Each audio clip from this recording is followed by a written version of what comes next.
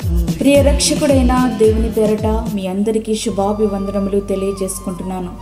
Jesus ను creation ministries ద్వారా ఈ రీతిగా ప్రతిరోజు ఆత్మీయ ఆహారమును మీకు అందించుటకు దేవుడిస్తున్నటువంటి కృపను బట్టి దేవునికి అనలేని కృతజ్ఞతలు. జీవితమే ఒక పరీక్ష. సువర్ణము శుద్ధిపరచబడాలంటే పరీక్షను ఎదుర్కొని తీరాల్సిందే.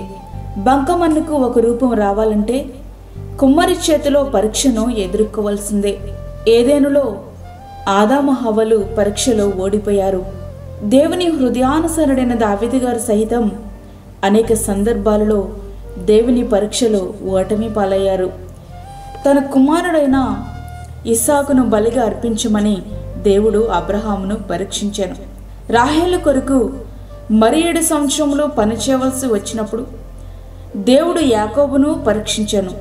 ఇలా యోసేపు, రూతు, ఎస్తేరు, దానియేలు వంటి వారు ఎదుర్కొన్న పరీక్షలలో విజయం సాధించారు.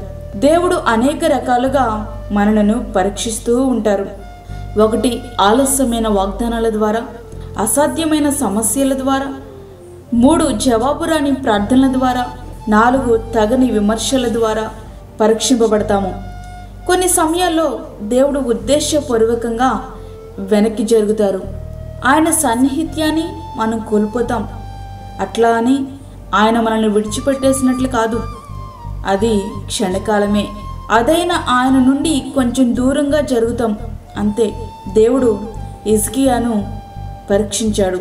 అతని దేశము ఆశ్చర్యంగా వృద్ధి నొందుటను గూర్చి విచారించి తెలుసుకొనుటకై బబులోను అధిపతులు అతని ఎద్దుకు పంపిన రాయబారుల విషయంలో అతన్ని శోధించి అతని హృదయంలోని ఉద్దేశమంతా తెలుసుకొనవలనని దేవుడు అతన్ని విడిచిపెట్టెను. 2 దినవృత్తాంతములు 32వ అధ్యాయము 31వ వచనం. హిజ్కియా దేవునితో సన్నిహిత సంబంధాన్ని, సహవాసమును అనుభవించాడు. కానీ తన జీవితంలో క్లిష్టమైన సమయంలో అతని గుణశీలతను పరీక్షించడానికి అతనిలోని బలహీనత బయటపడడానికి, మరింత బాధ్యత కొరకు అతన్ని సిద్ధము చేయడానికి అతని ఒంటరిగా దేవుడు విడిచిపెట్టారు.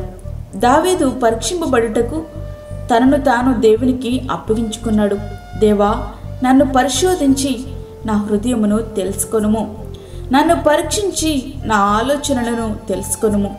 నీ ఆయాసకరమైన మార్గము నా యందు ఉన్నదేమో చూడుము. నిత్య మార్గమున నన్ను నడిపింపుము. కీర్తనలు 139, 22, 23 వచనములు. మనలను మనమే పరీక్షకు దేవునికి అప్పగించుకోవడం అత్యంత ఉన్నతమైన అనుభవం. అట్టి అనుభవంలోనికి దేవుని హృదయానుసారుడైన దావీదు గారు చేరుకోగలిగారు. దేవుడు మనల్ని పరీక్షించే సమయం అత్యంత కఠినంగా ఉంటుంది. కారణం, ఆయన ప్రసన్నత మనకు దూరమయ్యింది. ఆయన మన చెయ్యి విడిచిపెట్టేశారు అనే భావన మనలో కలిగిస్తుంది. ఆయన విడిచిపెట్టేస్తే దాని పర్యవసానం మాటల్లో వర్ణించలేనిది. అందుచేత దేవుడు పరీక్షించే సమయం అత్యంత బాధకరంగా ఉన్నప్పటికీ ఆయన కృప మాత్రం మనల్ని వెంటాడుతూనే ఉంటుంది. ఇది తిరుగులేని వాస్తవం. సాధారణంగా మనుషులకు కలిగే శోధన తప్ప మరి ఏదియో మీకు సంభవింపలేదు. దేవుడు నమ్మదగినవాడు. మీరు సహింపగలిగిన అంతకంటే ఎక్కువగా ఆయన మిమ్మల్ని శోధింపబడనీయడు. అంతేకాదు, సహింపగలుగుటకు ఆయన శోధనతో కూడా తప్పించుకుని మార్గమును కలుగు చేయను. 1 కొరింథీ 10వ అధ్యాయం 13వ వచనం. కొన్ని పరీక్షలు అధిగమించలేనివిగా కనిపిస్తాయి, మరికొన్ని గుర్తించలేనివిగా కనిపిస్తాయి. కానీ అన్ని పరీక్షలు నిత్యత్వపు విలువలు కలిగి ఉంటాయి.